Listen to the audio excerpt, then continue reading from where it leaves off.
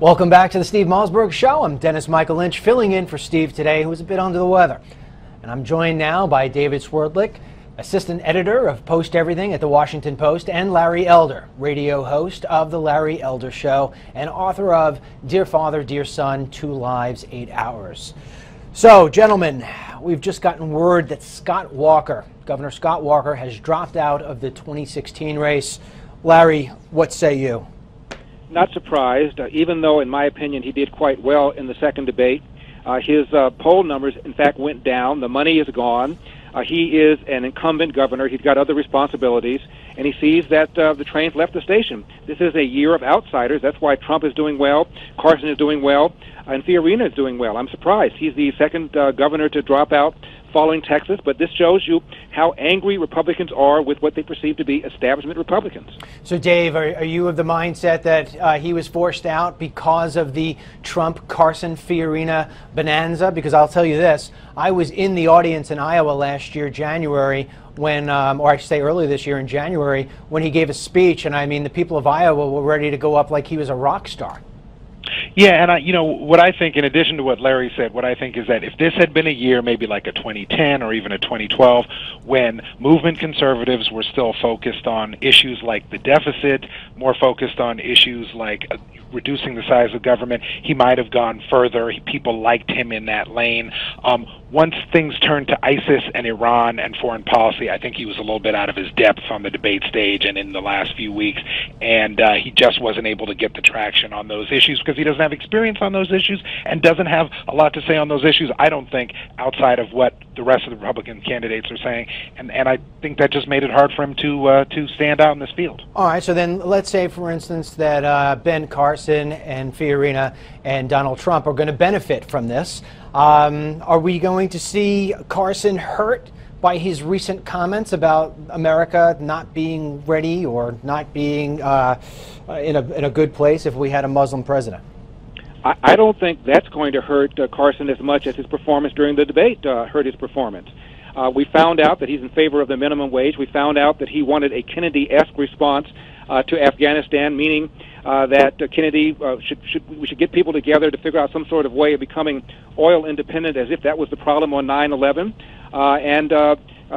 In my opinion, he looked weak, and his numbers have reflected that. So I don't think the comment that he made about Muslims is going to hurt him at all. I think the performance in the debate is what his problem is. Do you agree or not? Yeah, well, I think he's slipping, but I think it is partly because of this comment. Look, Dr. Carson's going to be in it for a while. I think he'll get to Iowa. He could even do well in Iowa, but for his prospects, Dennis, going long term towards actually trying to get the White House, I think this is going to weigh him down.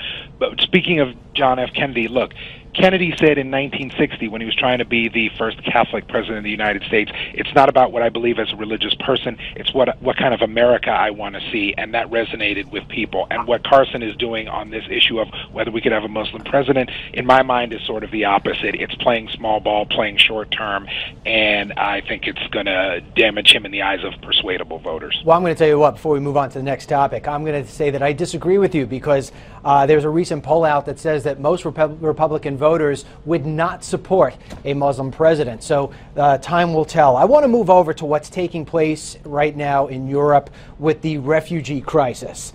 And the Obama administration has said that we are going to open our arms to some of these people, taking in as many as 100,000 refugees in 2017. Larry, is this a good thing for America, or is it going to hurt us? I don't think it's a good thing for America. I don't see how we have a moral obligation to take any of them. This is a European problem. I didn't find the Europeans reaching out when we had tens of thousands of so-called unaccompanied children coming across our border from Central America.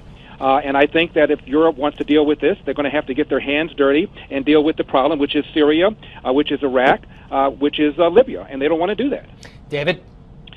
Yeah, so, I mean, it's, in a weird way, the United States has the capacity and the mindset to better absorb 100,000 people. People come here and they assimilate and they become Americans in a generation or two, whereas in Europe I do think there is this issue where immigrants sometimes stay in their own enclaves and don't fully integrate into society. David, have you ever been to Dearborn, Michigan? Oh, no. I understand there are exceptions. I understand. Come on, man. Wait, Dennis, all I'm saying is relative to Europe, I think We could do that. That being said, I do think that, like Larry described, yes, Europe has to step up to the plate. The wealthy Gulf Arab and Sunni nations have to step up to the plate, and I think there has to be some resolution around the Syrian civil war, not just saying people flee and then they're taken in somewhere. The world has to focus in and solve this, not just have everybody leave. Well, I think you said the right thing. The way to solve this is to take out ISIS, and had President Obama not pulled out of Iraq, we might not be seeing what we're seeing today.